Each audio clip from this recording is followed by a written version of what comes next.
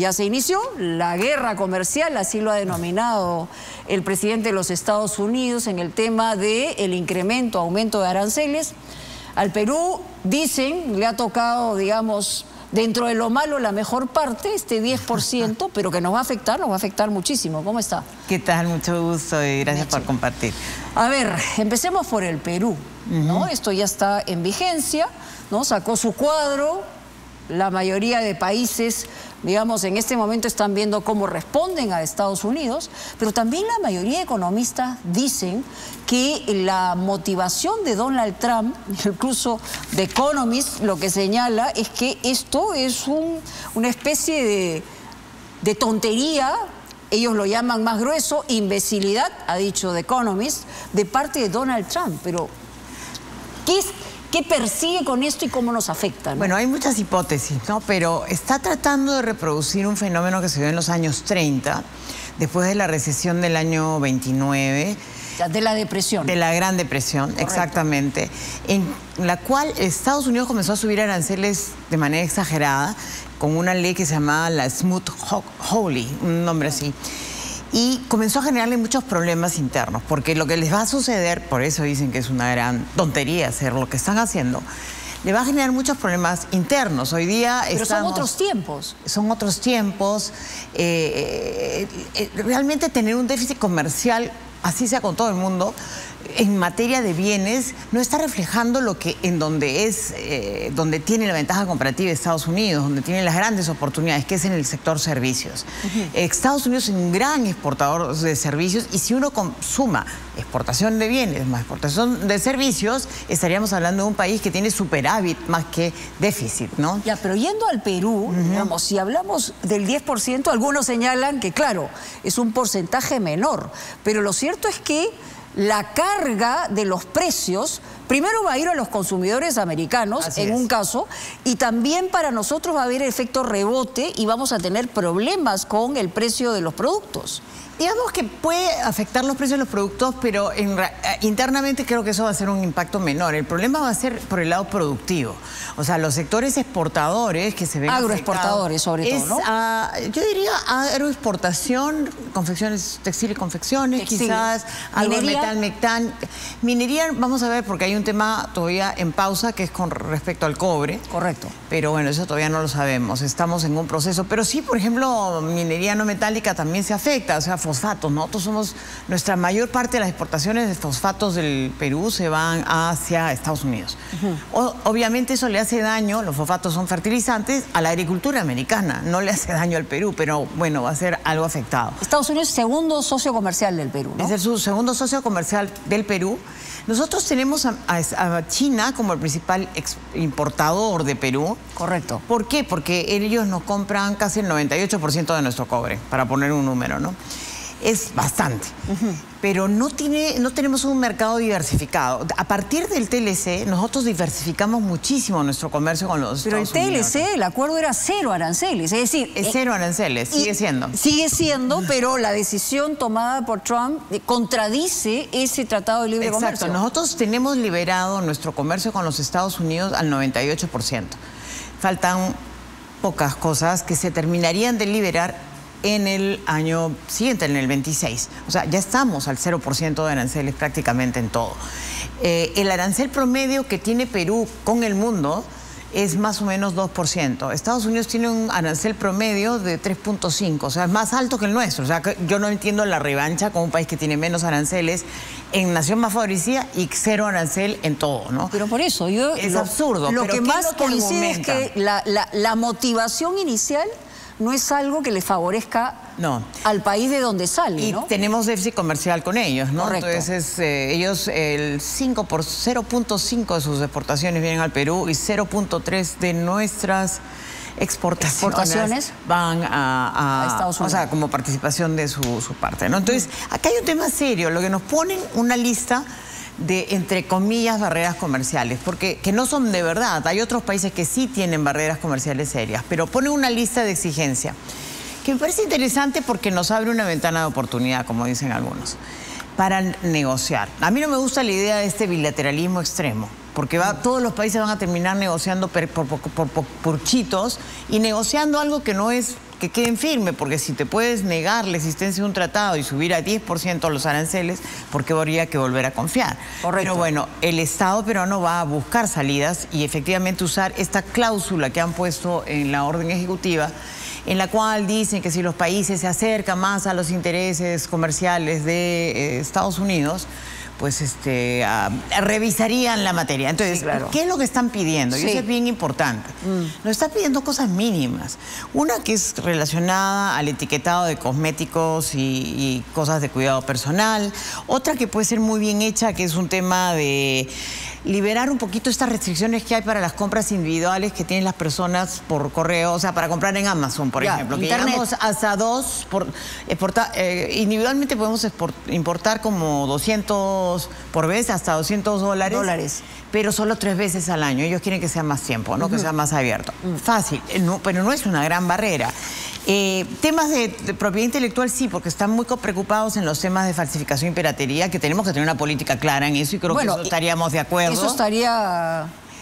sería correcto, ¿no? Que mejoremos nuestro análisis de impacto regulatorio, sí apoyamos esa idea, que pongamos de una vez un reglamento para la entrada, para evitar la barrera fitosanitaria en huevos, o sea, son cosas bien minúsculas. Pero para entenderlo mejor, o sea, esas son las condiciones que está poniendo Estados Unidos, pero ¿para qué? Para tener ¿cero aranceles o para seguir teniendo la...? Para regresar, me imagino, al acuerdo. Esa es la pregunta. Claro, pero no está claro, ¿no? No está claro. Por eso la Cancillería, a través de la Embajada en los Estados Unidos, envió una carta pidiendo una aclaración para poder comenzar a conversar. Porque está dándole una señal de manera educada de que nuestro interés es conversar. Bueno, tiene que haber una comunicación amigable, porque tampoco no estamos en iguales condiciones, digamos. Y hay temas que son totalmente salvables. Por ejemplo, el tema de gobierno a gobierno, que ellos no pueden aplicar la práctica de gobierno a gobierno para promover inversiones americanas.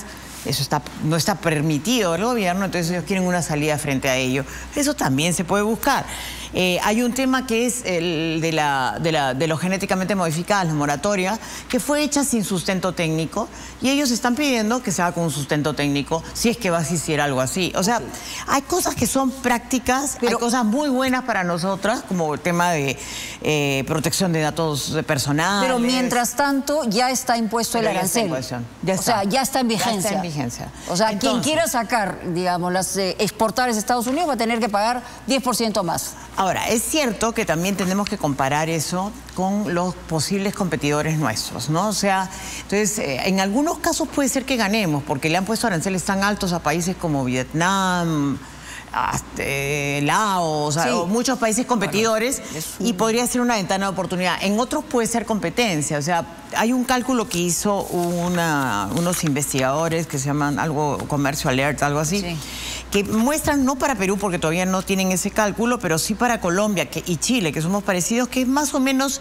la posibilidad de tener diferencias con otros países son del 1.2 al 1.3 y eso nos podría ayudar en algunos productos, pero no en todos, ¿no? Ventana de oportunidad también podría ser la posibilidad de que, por ejemplo, convenzan a China que traiga, digamos, empresas para ensamblar vehículos aquí en el Perú y no en México eventualmente. Aparentemente hay una intención. Pero eso sí sería o generaría una cantidad importante de empleos en el Perú. Probablemente, y habría que verlo cómo, si se hace a través de una ley nueva que se está planteando de zonas económicas especiales, pero no para el mercado americano, otra vez, es para que se produzca acá para otros mercados que pueden ser en América Latina, porque para el mercado americano eso sí entraría con el 25% igual. Pero en términos, digamos, de política internacional, una cosa de esa naturaleza seguiría levantando la ceja en Estados Unidos, porque ya había sido con el puerto de Chancay, digamos, ¿no? Pero nosotros no tenemos por qué prohibir la inversión directa extranjera de ningún país. Yo estoy hablando de efectos o consecuencias, ¿no? Y así eventuales. Como eventualmente queremos que venga un inversionista chino a producir autos acá, podríamos también pensar en un inversionista americano si quiere vender desde el Perú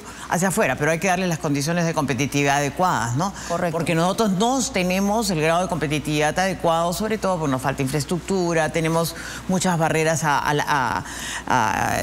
burocráticas, todavía tenemos que hacer un esfuerzo pues en un desarrollo de nuestra capital humano, sobre todo para dar seguridad jurídica también a la inversión, ¿no? Meche, usted mencionó el tema textil. Sí. De alguna manera afectaría o favorecería la circunstancia que estamos viviendo, dependiendo de cómo se maneje al emporio de Gamarra? Que Gamarra está siendo cuestionada en este documento, escrito por el USTR, en el que lo que peligra de lo que pasa en Gamarra es la falsificación de marcas y el contrabando y también la piratería. O sea, todo lo que están haciendo. Lo que exigiría es una fiscalización muchísimo más estricta. Si no, no pueden entrar al mercado americano. O sea, los que van a entrar y son los que entran formalmente. Entonces, esta informalidad del sector en Gamarra sí no sería una cosa que lo favorecería.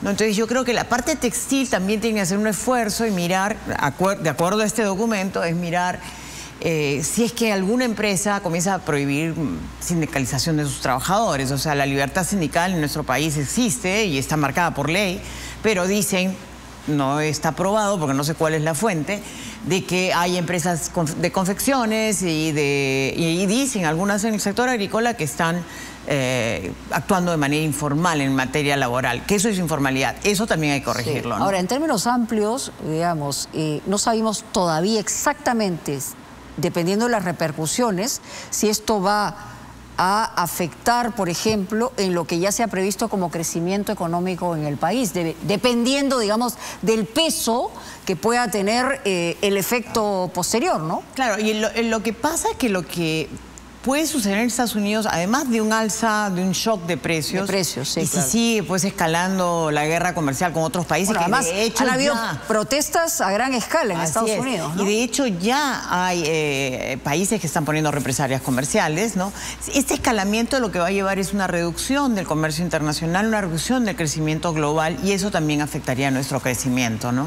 Creció muchísimo en los últimos años la exportación de arándanos. Sí. ¿No? En el tema específico de arándanos, ¿va a afectar en términos de precio, salida, o qué condiciones ponen? Si es que... Bueno, el tema es que son 10% más. ¿Qué país compite con nosotros en la producción de arándanos y otros berries, ¿no? Ellos son, digamos, de la mitad de las exportaciones a Estados Unidos, más o menos la mitad es arándanos. Arándanos. ¿No? De los más o menos... No, no es tanto, palta no es tanto, pero sí es muy fuerte arándano, el espárrago. Y ha crecido exponencialmente en la última década, inversiones americanas en Perú.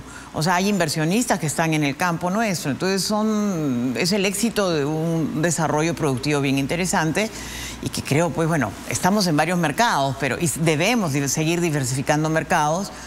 Pero hay que ver qué pasa si competimos con México, si estamos en contraestación, porque México sí exporta arándanos. Estamos en uvas, acá tengo algunos datos. O sea, los sectores que mejor están, como es el caso de las frutas y hortalizas, sí se pueden ver afectadas, pero tenemos que ver cómo van nuestros competidores. Afectadas, ¿no? Para el consumidor americano. Americano. En ninguno de los casos la afectación sería de retorno, de regreso, porque nosotros...